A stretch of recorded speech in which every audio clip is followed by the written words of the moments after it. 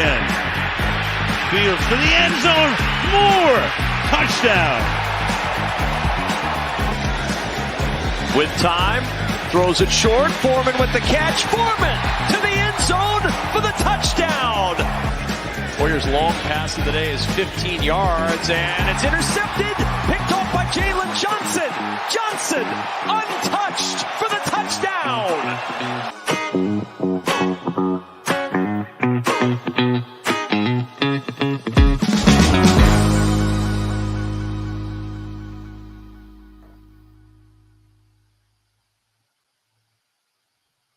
What's up, Bears fans? Welcome in to the Willis Twin Towers podcast.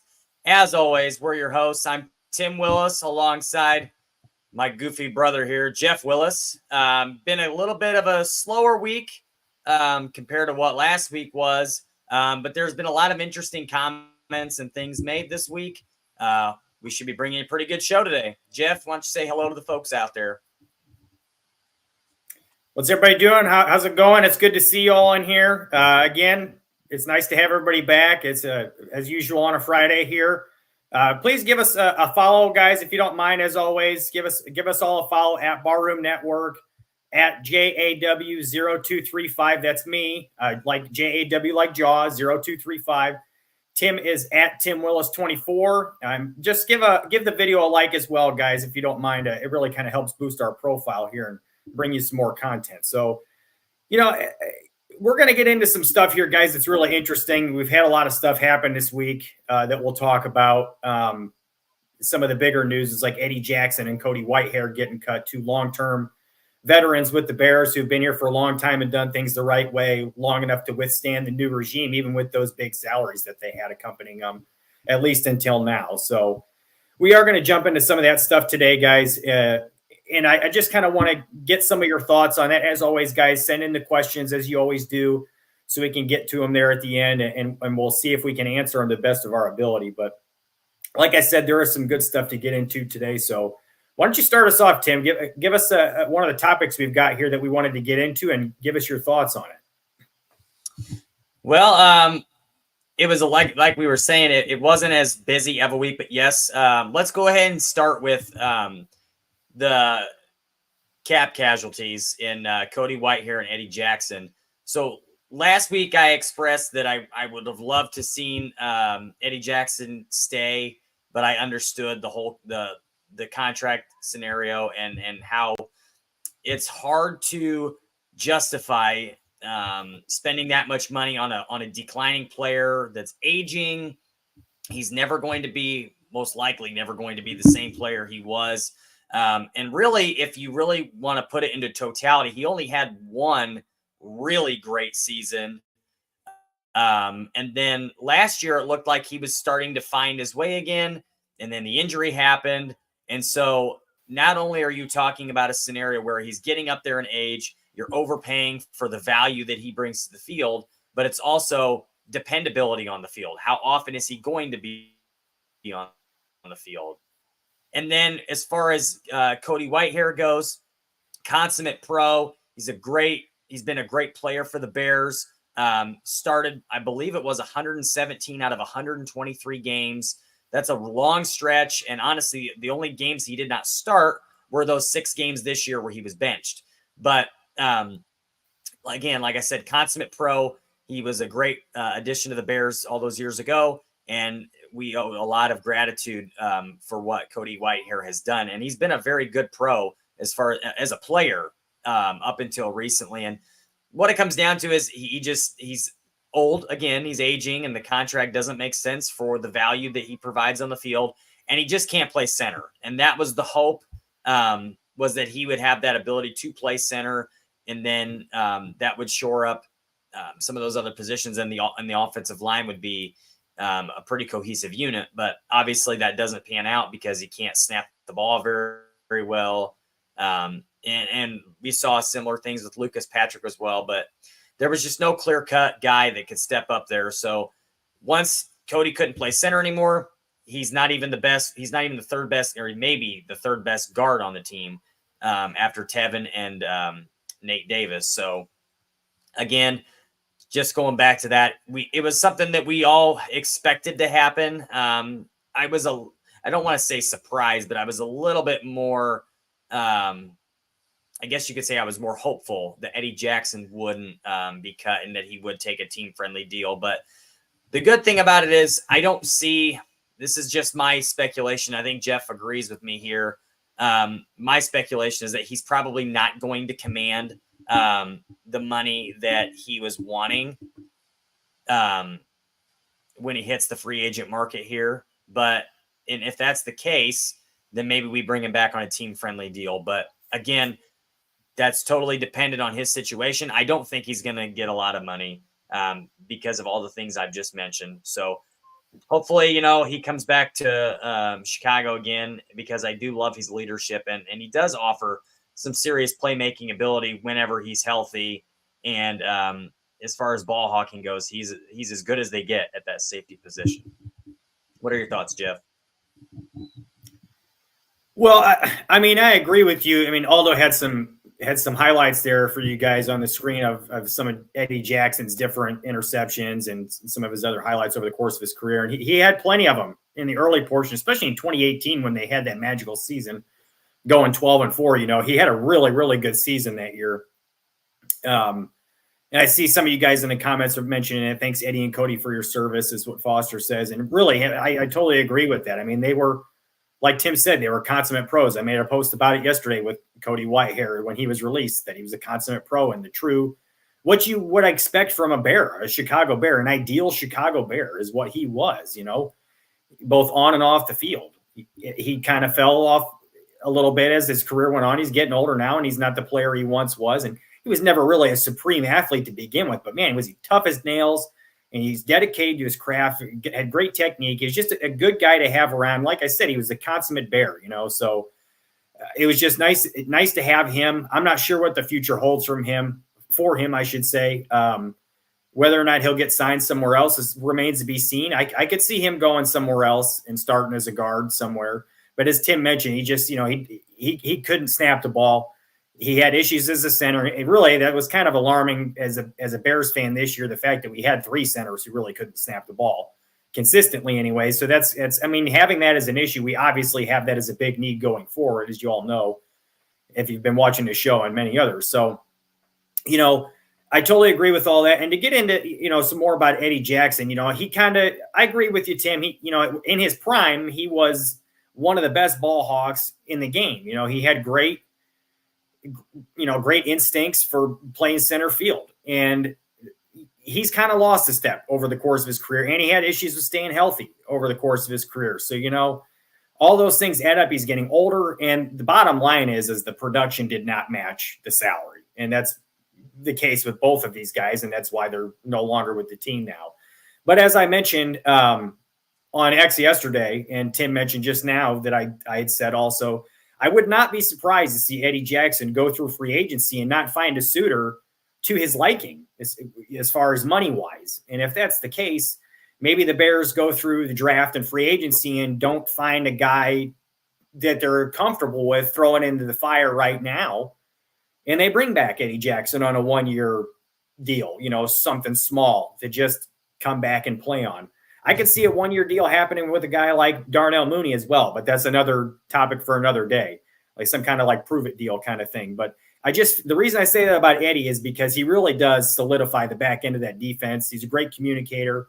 Everybody in that defense talks about the leadership he provides. And it's an obvious fact that when you watch the Bears defense play, they play better when he's on the field. That's just all there is to it.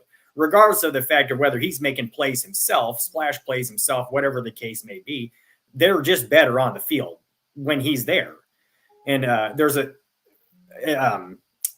statistic here on the screen that Aldo puts up. The release of Whitehair and Jackson will save Chicago an estimated $21.5 million against the 24 salary cap.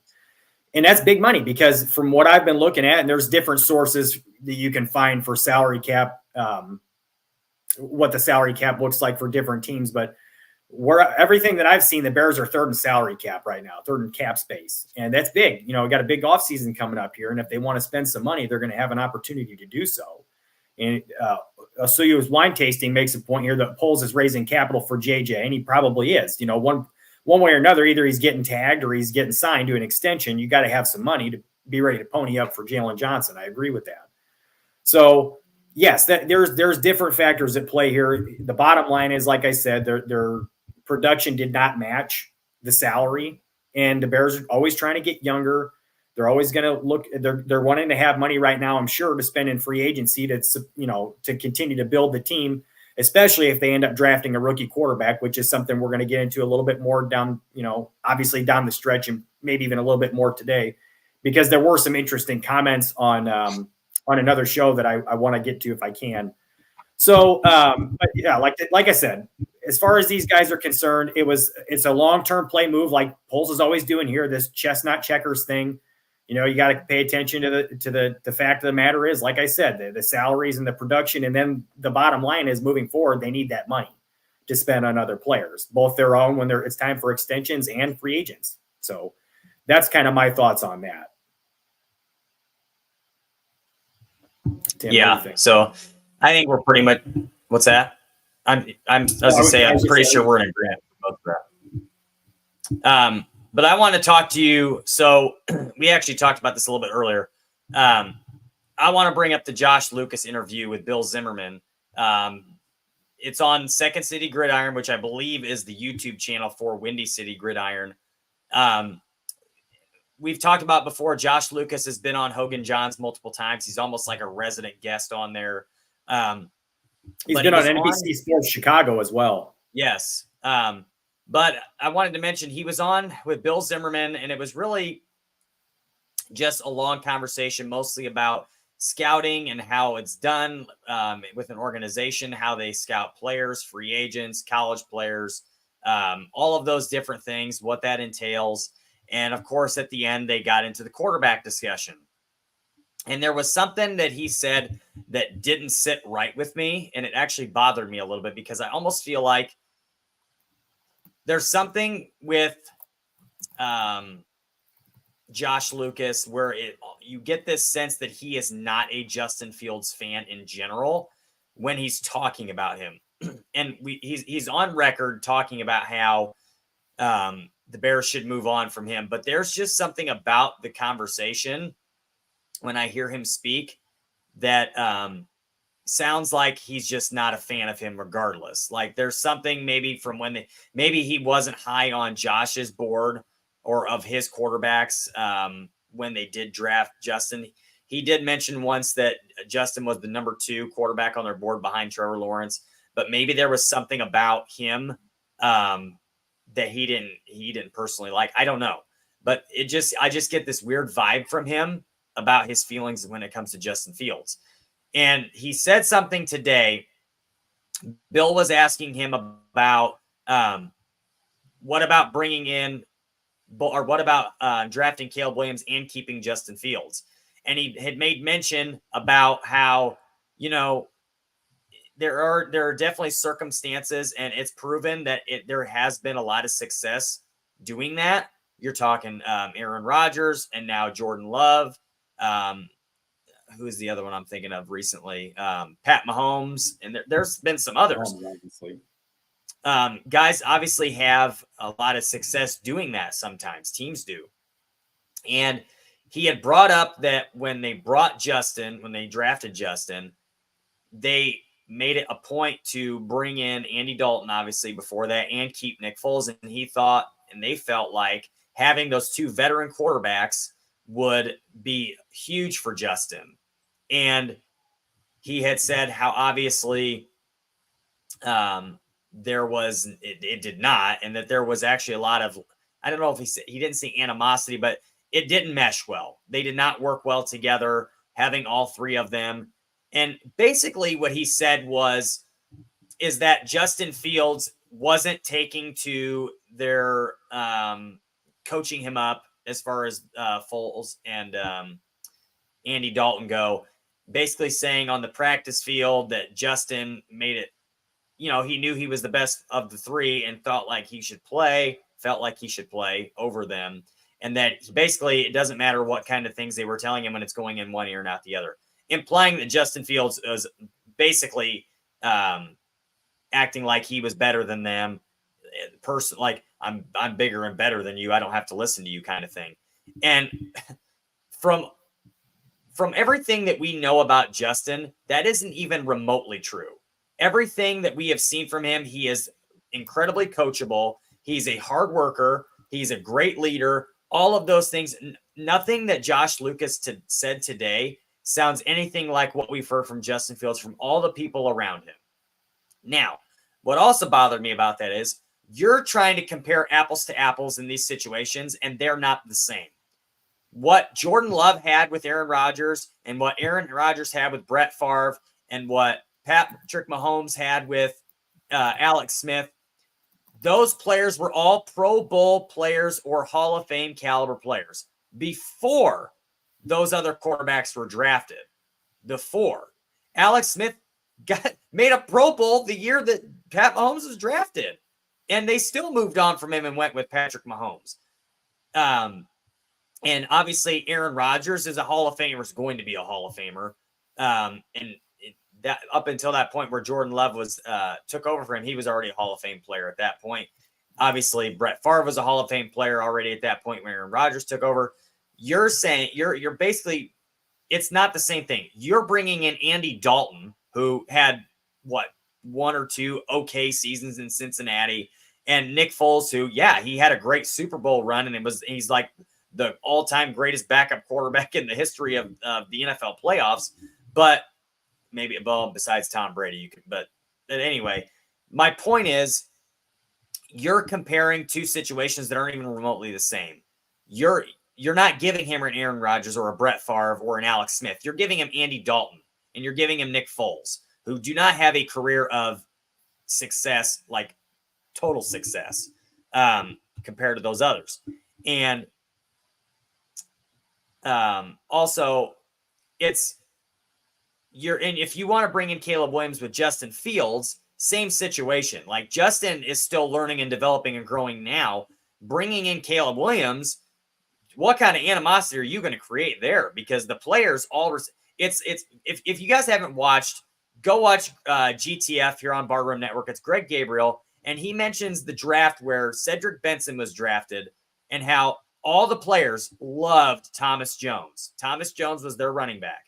And when Cedric Benson was drafted, basically the offensive line didn't play hard for him, at least in practice. And they would kind of just let guys through because they wanted to prove a point like, hey, this is not our guy. Thomas Jones is our guy. And we're looking at this from the perspective of same thing could happen again in a similar fashion. If the players are behind Justin Fields, which is evident at this point, they've all mentioned it. Everybody knows that the players love Justin. That's their guy. That's who they want to be their quarterback. And then you bring in this rookie while Justin is still there. What kind of culture are you now creating? When we know Matt Eberflus is all about culture and how he has changed the culture since he's been there and how they're bringing in players that fit that culture in that mold. We don't even know if Caleb Williams even fits that, let alone if you bring him in, what's going to happen with those two. So, number one, just to put it out there, I feel like there's an absolutely zero chance that happens. They are not going to bring in Caleb Williams while Justin Fields is still here. If they may draft him before they trade Justin, but they would trade Justin Fields before they would keep them both on the roster for training camp and OTAs in the season. It's not going to happen. But besides that, I felt like his points were not fair towards Justin, considering it's a totally different scenario, totally different situation. And I just felt like some type of bias towards Justin from him. And I don't know if he's just bitter that they got fired because they didn't have success with Justin or what. But for the most part, I like a lot of things Josh Lucas says. And, he clearly has a mind for football. He's a smart, intelligent guy. His evaluation on players, I don't necessarily know is elite, if you want to say. I don't know. I've questioned some of his evaluations that he said or talked about. Overall, like, he obviously knows football and he's an intelligent guy. But Justin Fields, I don't think hold a lot of merit because it seems to be as if it's more personal bias than it is football knowledge, if that makes sense. I don't know where your thoughts are on that, Jeff. Maybe do you see a similar thing that I'm seeing when he talks about Justin? Well, yes, to an extent. I think there's a little bit of bitterness there, if I'm being honest with him. And I think it's because both the quarterbacks that his regime have drafted so far, I don't want to say, I mean, Mitch is a bust. And I don't want to say that Justin's there yet, but I mean, the jury is certainly out on whether or not he can be the guy or not, for a team or not. So I love the guy. And I certainly think that he still has the potential to do that, to be that.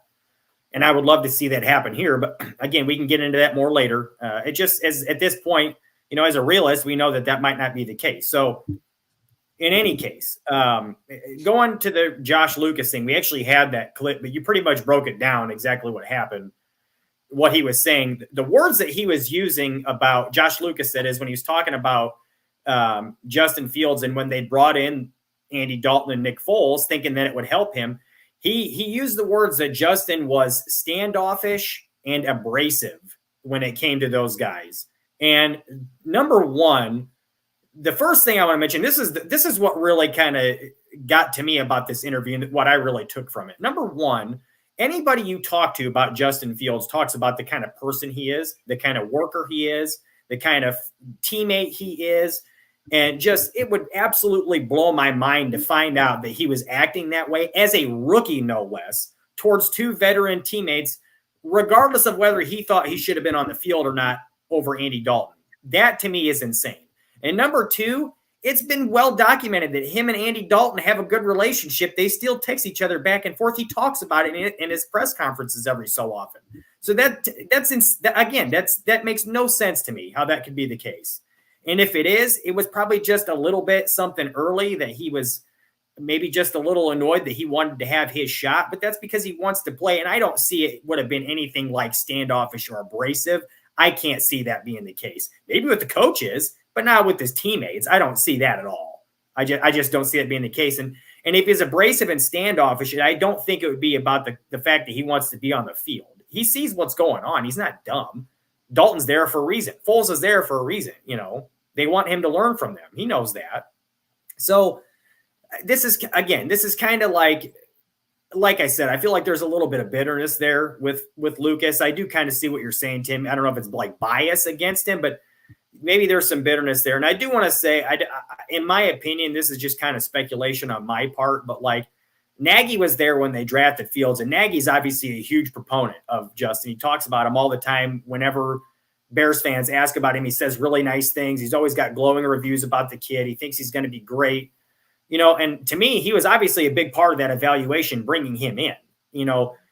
If Matt Nagy wasn't in the building that year, is Justin Fields the number 2 quarterback on that board? Hard to say. I don't know. Does Josh Lucas and Ryan Pace think he's the number 2 quarterback in that draft? I don't know. Do they draft Justin Fields in that draft? I don't know. So again, guys, we got to consider the same people that thought Mitchell Trubisky was the number 1 quarterback in that draft. That's what I'm saying. They thought he was the safest quarterback in the draft, and that's why they took him. Right. To me, I don't know how you see that being the safest guy. If I was going to say the safest guy in that draft, it to me would have been Watson, because he was a winner and he stayed healthy, even considering the size of his wrists or whatever they were talking about him. Well, and Josh Lucas talks about how important that experience was, and that's why they liked Justin, is because he had 2 years of starting experience. Yeah. And Mitch had 1. So if that is one of the most important parts of your evaluation, how is Trubisky the safest bet? And this is why I have an issue with some of the comments that he makes, because he's really just contradicting himself in essence. Yeah, and I see what you're saying. And there's some comments in here that are talking about the quarterback situation, and we'll address that some more later, guys. But, the fact of the matter is in that interview, I just thought it was a little odd that he would say those things to basically attack Justin's character, in essence, is what it kind of sounded like, because that is not the kind of guy by any stretch that anybody has ever mentioned Justin to be. So that really kind of caught my attention. I thought it was interesting that he said that, because it's like, what does he really get out of it to say that about him? I don't know why he would have any reason to say that. So again, is it true or not? To me, it's kind of doubtful just because of the things that we know about Justin. And like I said, he still has that relationship with Andy Dalton. They still talk to each other. They're friends, so I don't know. I don't get it. It doesn't really make sense to me. So it maybe not, but I did think it was kind of interesting that he had those comments about Justin. Yeah. So like I said, guys, if you want to check out the interview, Tim mentioned it was on Second City Gridiron is the YouTube page, but it's Windy City Gridiron is the X page for those guys. You can find their work on there. So it was a good interview. Other than that, if you guys want to check it out, they were given detailed, thorough analysis of it into like the free agency and scouting process and all that, and kind of the steps that they take. So it was good if you want to check it out outside of that interesting comment. But to get on another topic here, before we start to get more into this quarterback thing, because I do want to dig into this later. Like I said, there was an interview I want to talk about if I have time for it. But a couple of things I want to get into real quick. Let's make this one quick. Former Bears head coach Mark Trestman hired as the Chargers senior offensive analyst. So take that for whatever it's worth. I'm sorry, senior offensive advisor. So take that for what it's worth. I think it's the first time he's been back in the NFL since he got fired by the Bears. So seeing Jim Harbaugh bring him in is pretty interesting. What do you have to say about that, Tim? Any thoughts at all? I think you're frozen. I was just saying there's probably a connection there of some sort. No, I thought you were frozen, but it's probably me. It's probably me. But I think it's there's probably a connection there of some sort. Probably just trying to get back in. I mean, it's not like Trestman doesn't know how to coach. He knows football. It's not, I shouldn't say coach. It's not that he doesn't understand football. And he obviously knew how to coach quarterbacks. At least his work with Rich Gannon is pretty impressive. But he was not a head coach, and he definitely does not know how to control a locker room. But, it kind of makes sense. An offensive analyst is probably perfect for him. But yeah, I could actually see it working a little bit for them because he was obviously a creative offensive mind. I mean, he had a ton of success in the CFL when they brought him in. He won a Grey Cup. That's why he got the job with the Bears. I mean, it was obviously a different situation. He was not a leader of men by any stretch of the imagination, and that was a huge, huge part of the reason why he was a failure here in Chicago, but also just the decisions he made. I mean, they were just awful. I mean, some of the worst Bears teams I've seen of our generation was under Mark Trestman. They were just undisciplined. They just looked like they didn't know what was going on for the most part. And even the coaches on the sideline, Trestman, he would look like he was so overwhelmed that it's just like you were waiting for them to fire him. It was like you knew it was a matter of time. So that one was definitely. I didn't think he was going to be the first coach to be fired midseason, and I was really surprised that it didn't happen. They just don't operate that way, but they should have fired him midseason because he was definitely. I mean, it was a loss completely. Oh yeah.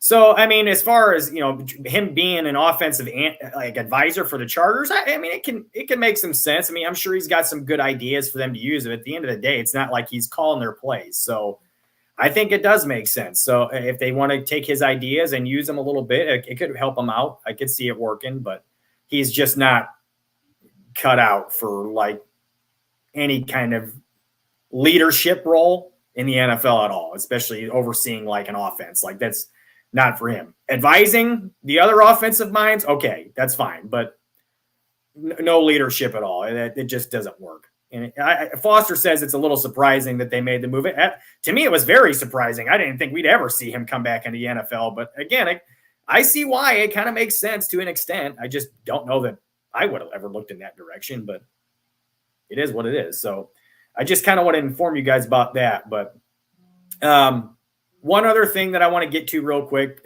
just kind of talking about some Super Bowl stuff. There was and this is kind of segueing me into the quarterback talk that I want to get into. So Patrick Mahomes, after the Super Bowl, I can't remember if it was in an interview or a press conference or whatever it was, but he was talking about how he knew he would not be the kind of quarterback that he is today if it was not for Andy Reid and the situation he was in with the Kansas City Chiefs. And he said that Andy Reid was the best coach of all time. So the way I look at this, guys, this is kind of how I take this. And obviously any player is going to have high regard for their coach.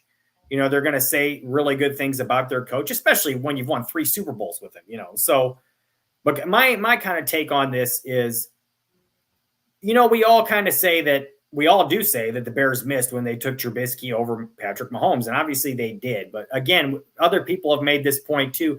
We can't just sit here and say that Patrick Mahomes would be the Patrick Mahomes he is if he was here in Chicago, because number one, we don't know that. And number two, it's actually kind of doubtful because of the fact that we've never really had a structure in place to support a quarterback to have success, whether it be the roster around him wasn't very good, the coaching staff in front of him to develop him wasn't very good, the oversight wasn't very good. We've had some issues with, with some different things that were not cohesive to good quarterback play.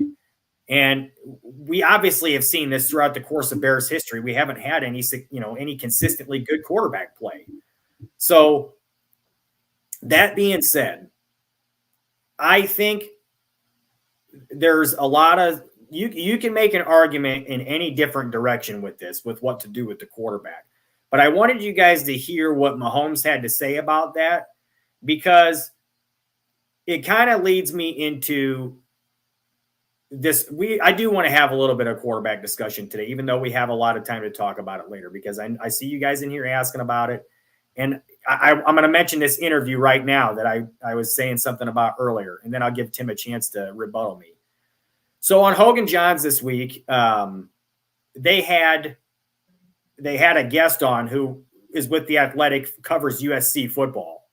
So this guy has been watching Caleb Williams and the rest of the team for the last 2 years now. And he had mentioned in this interview that there were, obviously some serious issues on the offensive side of the ball with USC. It wasn't all on Caleb Williams. They had some issues with route running and protections and stuff, and guys not doing the right things, bad assignments or whatever. That's all fine and good. But watching this whole interview, I watched the whole interview about Caleb Williams and with this guy in the USC team. The guy's name is Antonio Morales, that covers USC for The Athletic. And like I said, it was on Hogan Johns this week. He was mentioning, basically, he really did not give any kind of glowing review, in my opinion, about Caleb Williams at all. I mean, he really kind of made it sound like, yeah, the guy can be great. He has some very special qualities, but the one thing that really stuck to me is he'd mentioned that there was a question about his leadership. And that, to me, I mean, guys, we keep talking about this. The Bears have been they've come out in the open and said, like, we got to look at the person and how important the leadership quality is, and like how the teammates have to rally around this guy and how important that is. And if there's any kind of concern here, guys, that this dude is not going to be backed by his teammates, or he's not going to be a leader of men, or if he's not going to do what's necessary to be the guy. And I'm not saying he will or won't, but watching a guy or listening to a guy who's covered USC for 2 years that wasn't really giving great glowing reviews about the kid as far as those aspects are concerned was concerning to me, being a fan who's possibly going to see him come in and quarterback this football team. So you guys know I'm on the record saying many times now that I like Justin. I think this team can win with Justin. I think if they move down, draft Marvin Harrison, and make other good moves like they have in the past and will continue to, you can build around them and you can win. But I also am a realist and realize that it's possible that they could stay at number one and take Caleb Williams. And I also see how good he can be from watching the tape. But the fact that, now, I won't lie to you guys, I haven't dug into him as much as like I've seen Justin play, because obviously I don't watch nearly as much college football as I watch the Bears play. So granted, but I feel like I've seen enough of kid to see what everybody's talking about, to know why everybody feels this way about him. But I keep saying this, guys. I keep saying this, and I cannot underestimate it. The person is such an important aspect here. The football character, the leadership. And if there's any kind of question mark here with this kid, I would not be shocked at all to see the regime go in a different direction. So I really want you guys to keep that in mind. And we can't sit here and say that this is a done deal. That's another thing that Josh Lucas said in that interview with Bill Zimmerman, that they know what they're going to do already, is what he said. And I don't agree with that. They haven't even met this kid yet. They have not even talked to him yet. You still have the combine coming up, and then you have the top 30 interviews. That's when we'll start to know whether or not, things are actually legitimate or not, whether or not they're leaning one way or another. That's when they're going to start making their real decisions. like I said, they haven't even talked to this kid yet. So to say that you know what they're going to do without even knowing anything about this dude, who he is, outside of how his tape is on as a football player, is kind of asinine, in my opinion. So I don't know, Tim, what are your thoughts on that? I just feel like, to me, it really wasn't very. It wasn't like he was jumping on the bandwagon for the kid with his character, anyways, and that was kind of concerning to me.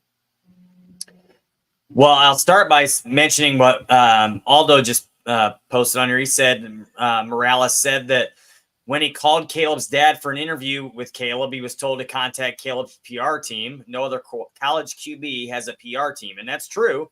That's 100% fact. Not to mention, if you're calling to talk to a quarterback's father, you would think the father would give the information. This is his dad. And especially as far as everything we've heard, his dad is very involved, like very, very involved, almost to a fault how involved he is with Caleb Williams. And a lot of people fear that he could be the next LeVar Ball when it comes to his child. But so far, we haven't heard anything like that. He hasn't been that polarizing, I guess you could say, like LeVar Ball was with his boys. But let's face reality. What LeVar Ball did was spread his boys' brand, and that's exactly what he did. And it worked very well as far as getting them their notoriety. But as far as Caleb goes, and I did watch, or I did listen and watch to him speak on Hogan Johns, and I didn't quite take it as you did. I would say that, yeah, as it wasn't like he spoke, how do I put it? He didn't speak glowingly, but he also didn't speak badly of him. And no, and I didn't. Right, I didn't see that either. Let me just real quick before you continue. I just want to say I didn't see any of that. Like, I wasn't saying he was saying anything negative, but like, if I'm being honest with you guys, just from my point of view, watching it and speculating, thinking like his thought process, it almost seemed like he was kind of sick of all the hoopla surrounding the kid. And he was just like ready to be done and cover other shit USC football. So, I mean, again, this is just my speculation, the way I saw it from a reporter who covers USC. He could feel a totally different way about that, but that's just kind of what I saw from it. Yeah, and I don't disagree with you. I just don't know. To me, he was glowing as far as when he was talking about him on the football field, but he also did mention the struggles that we saw, like holding onto the ball too long. He basically saying like he feels like he's got to play hero all the time, and he never stops. He's always playing hero, no matter what the situation is. And with that being said, it's like outside of that with football, football was great. But yeah, he did mention the leadership things, like you said, and there wasn't a glowing review on the football character. And this is the same point, and this is why I mentioned this, because this is the same point that I have brought up multiple times on this podcast and to you in general. This is where I think, and this is just my opinion, I don't have any factual evidence or anything to back this up because I don't know Caleb personally, but just from what I see from an outside perspective, it does not look like this kid's number one focus and love is for football. What I see is a young kid who is more enamored with himself and his popularity and what his image looks like than he is football. And I'm not saying he can't care about those things and he shouldn't care about those things, because there's nothing wrong with that. But when you're the Chicago Bears and you are looking at this kid and the way Ryan Poles has conducted himself and the way he's conducted how he runs this team, character has always been number one. I'm talking football character. There's nothing in Caleb's personality that says he is a bad person or that he has any type of criminal record or anything like that. I'm talking football character. Football character. There does not seem to be the same love for football as there is all of the other stuff. When I see, and this is my opinion, when I see skipping out on press conferences and crying with his mother in the stands and the painted fingernails and all of those things. I don't view those things in a negative way. I view them as him gaining attention for himself. He is looking for attention, looking to get his name out there even more. He's trying to bring, this is part of the NIL thing. Like, he's gaining his notoriety. He's building his platform. He's creating his brand. And, you know, you may disagree with how he's doing it. I don't necessarily like the way he's doing it, but he is using this to build his brand. He's using his platform to build that. And by doing these antics and things like that. Now, people may disagree with me on that, and that's fine. That's just the way I see it. That's what I look at. And Justin Fields has none of these things going on. He's as quiet and calm and focused on football as anybody you're going to see. And I've been saying this from the beginning. And you have said this from the beginning. 50% of the evaluation is the football character.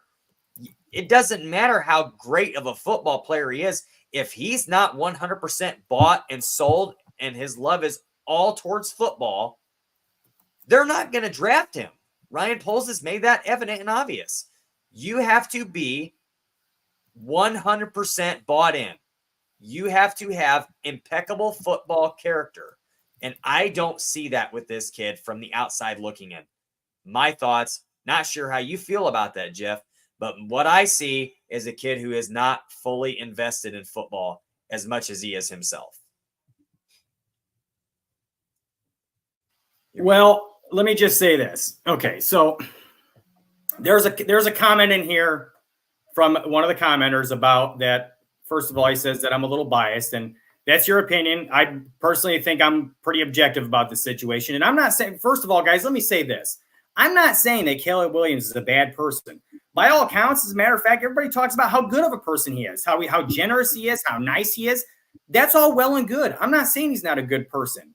What I'm talking about is the football character, okay? And this is a totally different thing. Greg Gabriel distinguishes these things all the time on his show, the difference between football character and personal character. Lawrence Taylor is the epitome of this. Terrible individual off the field, okay, as far as like what kind of person he was. But you want to talk about a love for football and somebody who was invested in the game, it was Lawrence Taylor. And he was a phenomenal player, mostly because of it. Now, the same person, wine tasting in here, who mentions that I'm a little biased, mentions also that Dennis Rodman was not a saint. And the Bulls won 3 championships. I mean, he won 2 with the Pistons. Now, that's all well and good. I agree with you on that. He was not a saint, but the guy clearly loved basketball. And when he was in it, he was in it. Okay. And his teammates loved him because he cared. He cared so much about winning and about his teammates. Okay. Now he had his issues off the court. We know that. But again, here's my other point. He wasn't the quarterback of the football team. He was the number 3 player on the Bulls team there. Okay. If Michael Jordan was not who Michael Jordan is and did not have that love for basketball and that total drive to win at all costs, the Bulls would not have won what they did, with or without Dennis Rodman. Okay. So Rodman was like the bouncer at the club. Like if you got your 3 buddies, you got Justin Fields, DJ Moore, and Dennis Rodman. Rodman is the guy that's going to go out there and he's going to take the shots. He's going to take the hits, not the shots. He's going to take the hits. He's going to be the bruiser. He's going to do all the dirty work. And you're going to see all of most of the fame and the glory go to Justin Fields and DJ Moore. It's the same concept. That's exactly what Rodman was there. Rodman was not there to be the guy. Rodman was there to do all the dirty work to help win the championships because Rodman was looking to win championships, not looking to be the face of the franchise, which is exactly what the point you're trying to make, I think. And I'm sorry for cutting you off, but I wanted to make that point, trying to add to what you were saying. Well, my point was basically that he just, he's going to be the leader of the team. He's going to be in the city of Chicago. You're talking about the guy who could be the leader of the city. Okay. He's got to be a guy. He's going to have to carry people on his back. And again, it's not like I'm not a fan of Caleb Williams as a player. I think he's a very good player. And if the Bears select him, I'm going to rally around him 100%. I'm going to support the hell out of him. You guys know that if you've been paying attention to us watching this show. Now, maybe I'm a little biased towards Justin Fields as a person, as an option for the Bears, but that I don't think I have a biased opinion on the matter as far as how, the Bears' thought process on this is what they might do. I don't think you can sit here and disregard who the person is and who the football character is of this player. He's the quarterback of the Chicago Bears. He's going to get all the media speculation in the world. He's going to face the most adversity of just about any other player in the entire league. Can he handle that? Now, whether or not he can do that with the media or with, whether it's on the field or not, remains to be seen. And whether or not Justin can take that next step on the field remains to be seen. So again, guys, I'm not saying that you should not go and draft Caleb Williams because Justin is the guy. I would like to see that happen just because of the other scenarios that are involved around that, the team building aspect and what they could really do there. But guys, I'm going to be on board with Caleb Williams too. I just have my concerns about whether or not he's that leader that they keep talking about they want to have. That's my point. Well, and I'm going to put it this way. What I think people fail to realize is when you and I talk about Justin Fields and Caleb Williams, we're trying to speak objectively. We're not trying to have any sort of bias towards Justin Fields. This is the point. This is the point we want to make. I'm going to speak for you, even though I shouldn't. But what I'm getting at is, like you said, the leadership thing is a question mark. We don't know. We don't know what kind of leader Caleb Williams is. We don't know what kind of football character Caleb Williams has. We 100% know what Justin Fields has as far as football character and leadership. We already know. This is the other point that everybody is failing to think about or mention. There are people that do. I shouldn't say everybody. But the point is, we have no idea what Caleb Williams is going to look like once the pads come on and he plays in the NFL and has his first NFL snap. We have no idea. This is the thing. Everybody wants to compare him to Patrick Mahomes. Nobody knew what Patrick Mahomes was going to be either. If they did, he would have gone number 1 overall. This is the point. Like there is no, everybody thought Ryan Leaf was going to be the guy. People couldn't believe that the Colts were going to take Peyton Manning over Ryan Leaf. How many teams would not have passed on him that would have taken him in a heartbeat? This is the point I'm trying to make. You do not know what is going to happen with this kid when you do draft him. You don't know what he's going to be. You can't say generational because you don't know. You just don't. There's not enough to say that he will be. Here's the difference. You know what the floor is with Justin Fields already. We still don't know what the ceiling is. It could be as high as can be. We don't know. The difference is, what situation has Justin Fields been put in to have any sort of success at all? He's gone through coordinator after coordinator after coordinator. Not to mention, he went from a rookie season where he had a coach who was on his way out, a roster that was already starting to fall apart, and then the next year it's completely gutted out from under him. He has nothing to work with at all. And you're trying to develop him and put him into a brand new system and a brand new offense, and you're doing it from there. And then you go into this year. You start getting him a little bit of help. But then your offensive coordinator, and for whatever reason, we still can't figure out why, is trying to still make him into something that he's not, because the only offense that he knows how to run and operate is one that Aaron Rodgers played in. Aaron Rodgers is a totally different quarterback, for one. And two, this guy clearly didn't know how to make in-game adjustments, and he didn't know how to tailor an offense towards the skill set of players that he had. And it wasn't just Justin Fields. It wasn't like it was only Justin that he couldn't cater to. He couldn't cater to anybody, any of the receivers, anything. Darnell Mooney went from being an 1,000-yard receiver to being basically an enigma in the offense. There was no 1,000 yards with Justin Fields, by the way. That's Justin Fields as his quarterback. You're telling me that Darnell Mooney all of a sudden doesn't know how to play football and all of a sudden isn't the same player? Yes, there were some injury stuff. Last year he got hurt. But before the injury, we still weren't seeing Darnell Mooney. We still weren't seeing anything. You cannot tell me that he cannot play, because we know he can. So my point being in all of this is, you cannot honestly look at Justin Fields and give an honest evaluation after seeing what the guy has gone through in the 3 years that he's been in Chicago. He has never been given an actual opportunity or chance. Let's go ahead and go to Patrick Mahomes. And here's the thing. People want to compare Caleb Williams and Patrick Mahomes, which for one is very unfair to Caleb Williams. Completely unfair. Number two, what situation did Patrick Mahomes walk into in Kansas City? We just talked about it earlier. Alex Smith was already there, and he was already the starter. He was already a Pro Bowler. At that point, all right, I believe Alex Smith was a 4-time Pro Bowler, if I remember correctly. 4-time Pro Bowler. And he actually won a Pro Bowl in the year before the year that they parted ways and went with Patrick Mahomes. He was a Pro Bowler. Andy Reid, a lot of people view as definitely a top 5 coach all time now. And before that, even, he was one of the best coaches in the NFL. Obviously had an offense that works.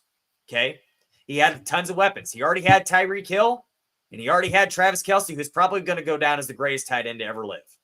Okay? You have all of those things and an offensive coordinator in your head coach that has had tons of NFL success already. You're walking into a much different situation. Yes, Patrick Mahomes would still be a great player in other situations, I believe. But would we see the same Patrick Mahomes if he would have been drafted by the Bears at that point? No, we would not see the same player. And it's not saying that he's not that good of a player. It's that the situation is different. It's not a situation that is conducive for a quarterback. And you can say what you want about Justin or any. When has this organization ever been conducive for a quarterback? Ever. 85 was the only time where we were in a position where we didn't have to have stellar. Well, I shouldn't say only 85. 85, 2006. 2 situations where the team was a quarterback away, literally. In 85, they got a guy who did enough to manage games and win games and actually was a pretty good football player, Jim McMahon. Okay? And you can say what you want, but you probably have about any other quarterback in the NFL that season in the 2006 season, and the Bears probably win a Super Bowl outside of Rex Grossman. Okay? So you could say a lot of different things, but this organization, for the most part, has never been conducive for a quarterback to have success. Yes, the defense has usually been great, but that is not helping your quarterback as far as weapons go and being a situation where to develop the quarterback. Does that make sense? I'm not saying that it's that having a great defense does not help your quarterback, because obviously it does. It keeps him, the defense is staying off the field for one, because they're getting off the field quickly, and they're also giving your quarterback good field position and things like that. But as far as developing a quarterback, they have never been a conducive place for that. We can say this till we're blue in the face, and I know I've gone on a little bit of a rant here, but I just don't feel like it's fair to say one way or the other as far as Justin Fields goes. You can't say that, well, he's 10-29, and what have we seen from him so far? When has he been put in a situation where you can actually say he's been given a fair shot to actually be evaluated in that way? Well, here's what I'll say, because there's some points in here, some good points, okay? And there's been some valid criticisms, okay, of Fields over time. And I'm not going to dispute that, guys, okay? Here's the first point I want to make, okay?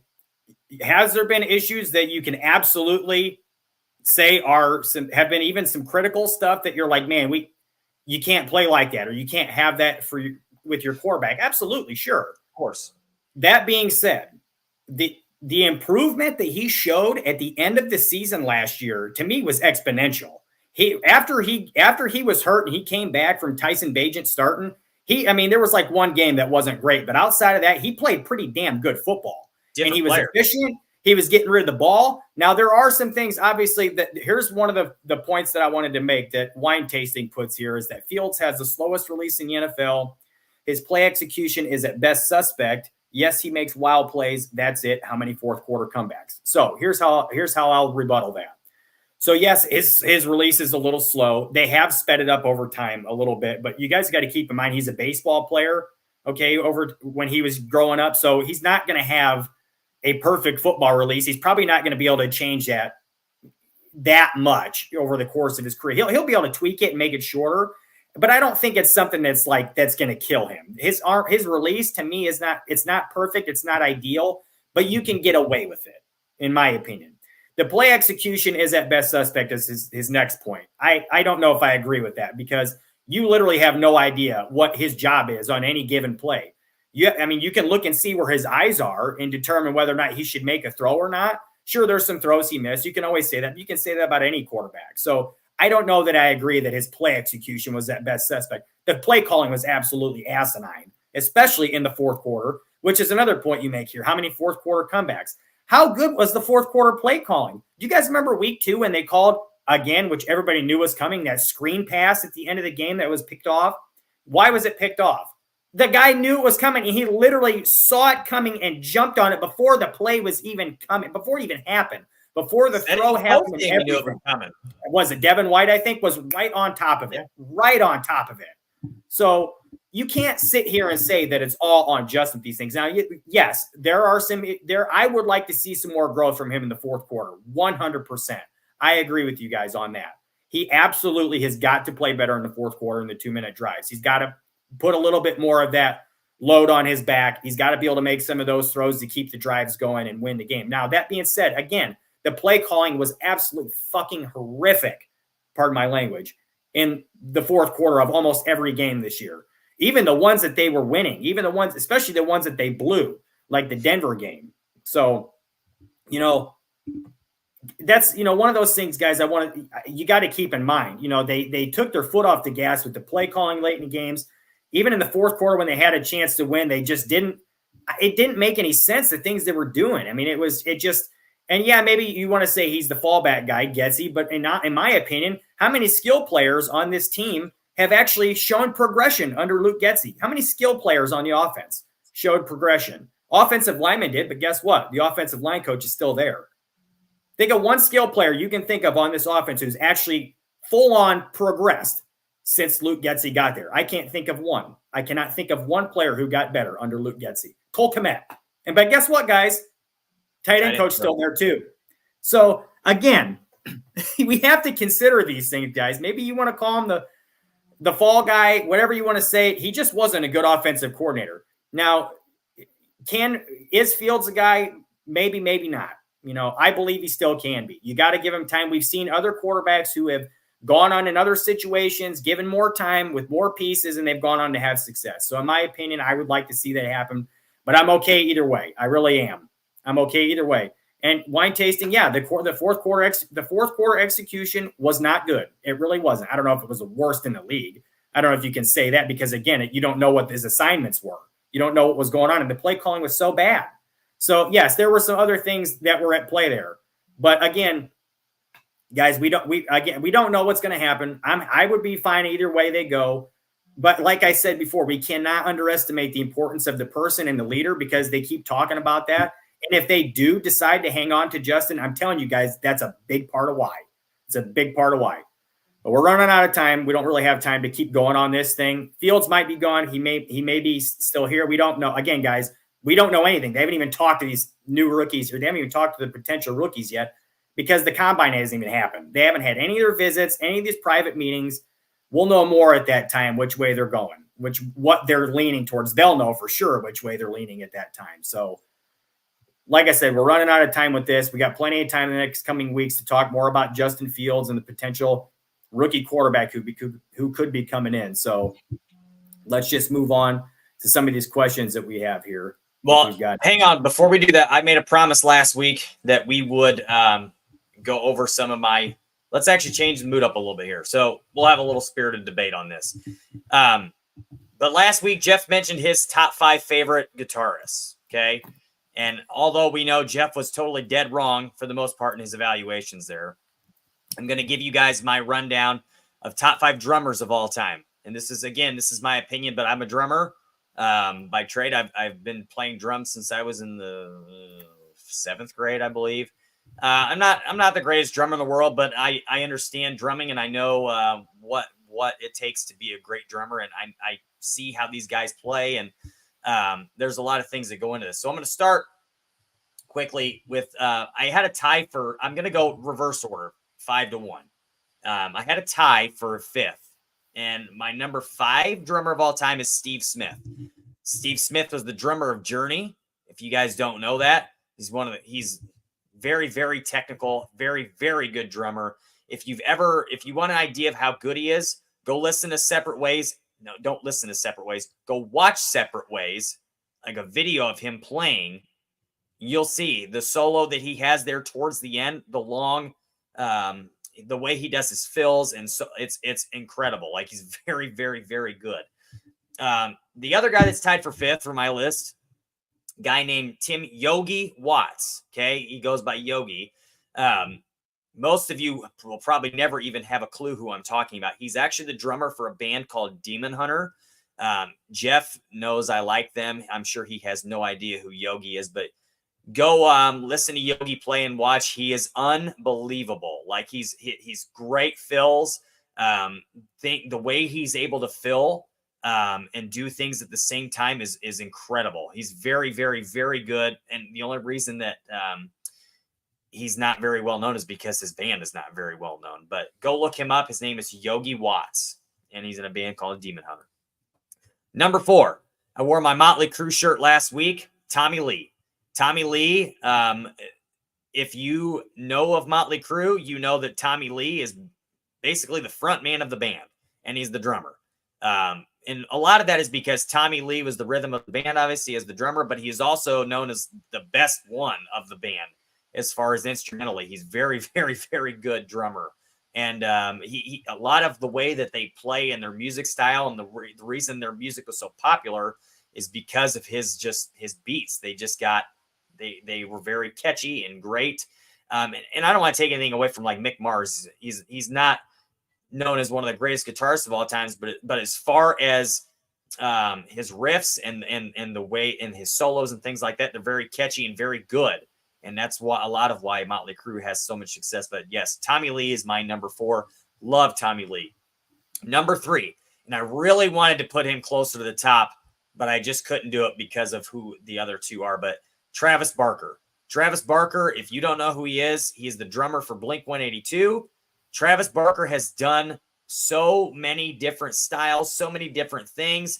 He has drummed for, if you can think of an artist, he has probably drummed for them at some point. He is unbelievably talented. He plays differently than almost anyone else. He's known as he's just so fast and plays so hard. He plays on a kit. It's only a 4-piece kit, but he actually has his drums flat. So if you don't know anything about drumming, drums are typically at an angle, so it's easier to play. But he sits and his drums are flat, and it's much harder to play that way. But he is unbelievable. Very, very, very good. Plays all kinds of different styles. A lot of hip-hop artists will use him to record for their beats. He's in lots and lots of songs. He has been fill-in drummer for many, many bands over time. A lot of bands will actually just use him because they want to say, hey, I had Travis Barker in my song because he's that uber popular. Because of how good he is. And honestly, I get sick when people talk about how Travis Barker is popular because of the Kardashians, because Travis Barker has about infinitely more popularity than they do. And he's an amazing drummer in his own right. And also has a very great book. If you haven't read it, it's a bestseller. That's a great book to read. So if you look it up one day, it's a great book. Travis Barker's biography. Number 2, Jeff is going to love this one. John Bonham. John Bonham actually died very young in 1980, and because he was an alcoholic, he had liver failure, I believe is what it was, but died at a young age. And ever since then, Led Zeppelin stopped playing as a band because they couldn't play without Bonham because of what he meant to the band. His drumming is something that was very innovative at the time. There has probably never been a guy who could play his bass drum with one foot as well as John Bonham. Unbelievable with his bass drum. Or a kick drum, if you're a drummer, if you have not heard that phrase before, he's very, very good on his kick drum. And if go listen to some of Led Zeppelin and try to listen for that, and you'll know exactly what I'm talking about. That is what he's known for. And just the way he, his beat made their music what it is. Without him, that's why they stopped playing it there, because without John, they would never have been the same band. So John Bonham is my number 2. And number 1, I'm sorry, you will never debate me on this. If you want to, you can until you're blue in the face. But there has never been and probably never will be a greater drummer than Neil Peart. Neil Peart passed away just a couple of years ago of brain cancer. But you want to talk unbelievable, there will never be anybody that can do it like he could. If you've never seen Neil Peart drum, he has a kit that literally goes in a carousel around him. It has everything from xylophones to every type of cymbal and drum you can imagine. The guy could play notes on his xylophone while he's drumming. The guy was unfreaking believable. Greatest drummer of all time. If you need to know, you don't even have to pick a specific song. Go listen to any Rush song, and Rush would never be Rush without Neil Peart. The way he did it was unbelievable. Just an unbelievable drummer. There's a lot of great songs from them. A lot of great solos. Just go listen. Spirit of the Radio, very good solo. Go listen to any of his song, any of their songs, and you can hear just how good he was. I'll mention a couple honorable mentions because I know Jeff would be upset that I did not put Stuart Copeland in there, but he is in my honorable mention. Keith Moon died also at a young age. Matter of fact, Keith Moon was offered to be Led Zeppelin's drummer before they got John Bonham, and he turned it down. Ginger Baker, the drummer for Eric Clapton, unbelievable. Well, I should say Eric Clapton, Derek and the Dominoes, which is Eric Clapton's band. Ginger Baker, unbelievable drummer. And Peter Criss, former drummer of Kiss, another unbelievable drummer, also a great singer, if you didn't know that. So that's my honorable mention. But top 5 list, and Aldo has it here on screen. Steve Smith, Yogi Watts, tied for 5th. Tommy Lee, Travis Barker, John Bonham, and Neil Peart. And if we can, we're running out of time here, but we can debate this a little bit more on another episode, Jeff, if you want. But why don't you give us a couple thoughts before we close here? Well, for one, I totally agree. How Stuart Copeland is not in your top 5 is absolutely unbelievable to me. But another honorable mention I want to give you guys for drummers, because I actually saw him play in concert a few years ago, and he's an old man now, but he's still unbelievable, is Mick Fleetwood from Fleetwood Mac. Mm-hmm. Oh my gosh. I saw him play probably a close to 5 to 10 minute drum solo, and it was just unreal. And he's big dude too. He's probably 6'5", this big man, and he's probably pushing 80, or well, he's definitely in his 70s, and he's just rocking the drums still like crazy. So he's definitely an honorable mention. I mean, he was a good drummer even when he was in his prime, obviously. So he's another one that's definitely in my list. But yeah, your list isn't bad, Tim. I'm not sure if I agree with Travis Barker as a top 5. He is pretty damn good, but I don't know if he's not. Yeah, because to me, drumming is a lot more about just pure ability to play whatever you want. It's about feel and sound and how loud you play certain notes as opposed to others and things like that. That's why Stuart Copeland is such a big part of mine too. Is he's so explosive as a drummer. John Bonham's another perfect example. I mean, the way he played was like, it was just the composition was the way that it was formed is just it was something that was maybe not the most stylistically advanced, but it was very it takes you somewhere, is what I always like to say. But we're running out of time. We got to go. So let's get out of here quick. I appreciate you guys being here. Again, give us a follow if you have time at JAW0235, at Tim Willis 24, at Barroom Network. Give the video a like and stay on for the sports betting tips is on next on Barroom Network, guys. So thanks again. We'll see you next week.